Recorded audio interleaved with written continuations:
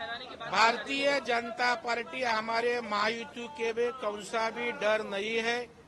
Bharatiya Janata party के 5 उम्मीदवार, शिंदे साहब के 2 उम्मीदवार और अजीत दादा के 2 उम्मीदवार, ये 9 उम्मीदवार को जीतना तय है।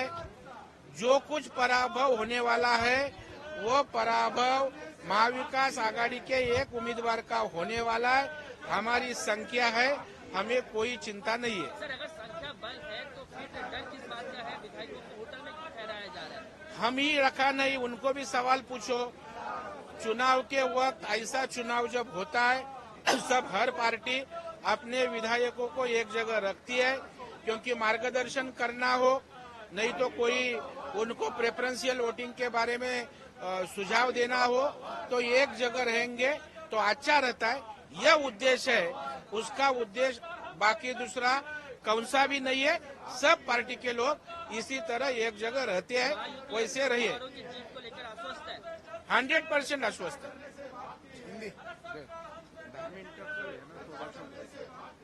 कल जिस तरीके से मराठा आरक्षण हो या ओबीसी आरक्षण हो, इस विषय के लिए चर्चा के लिए राज्य सरकार के तरफ से पहल की गई थी।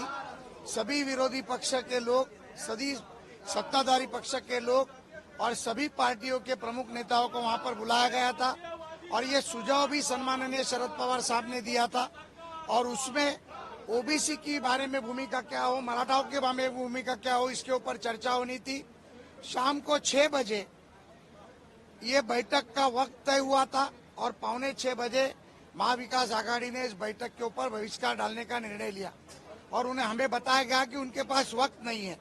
लेकिन विधानसभा चुनाव, विधान परिषद के चुनाव के लिए रणनीति की बैठक लेकर वो चर्चा कर रहे थे, लेकिन उनके लिए मराठा आरक्षण या ओबीसी आरक्षण महत्वपूर्ण नहीं था, जिसका हम बहुत ही निषेध करते हैं, खेद व्यक्त करते हैं।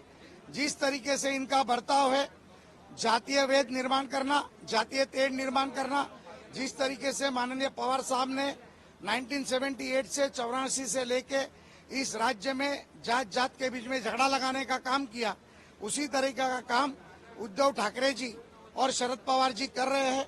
कल सम्माननीय प्रकाश आंबेडकर जी ने एक सुझाव दिया कि इन्हें पूछना चाहिए, लिखित रूप में पूछना चाहिए कि इनकी भूमिका क्या है, और उस बारे में माननीय मुख्यमंत्री ने कल निर्णय लिया और सभी दलों के प्रमुखों को उनकी भूमिका के बारे में पत्र लिखकर भूमिका बताने के लिए 3 दिन में कहा गया है। मुझे लगता है कि ये आरक्षण का मुद्दा फिर ओबीसी हो या मराठा हो, ये सभी मुद्दे को जलते हुए रखते दंगल स्थिति निर्माण करने का काम महाविकास आघाड़ी को करना है, जिसका हम निषेध करते हैं।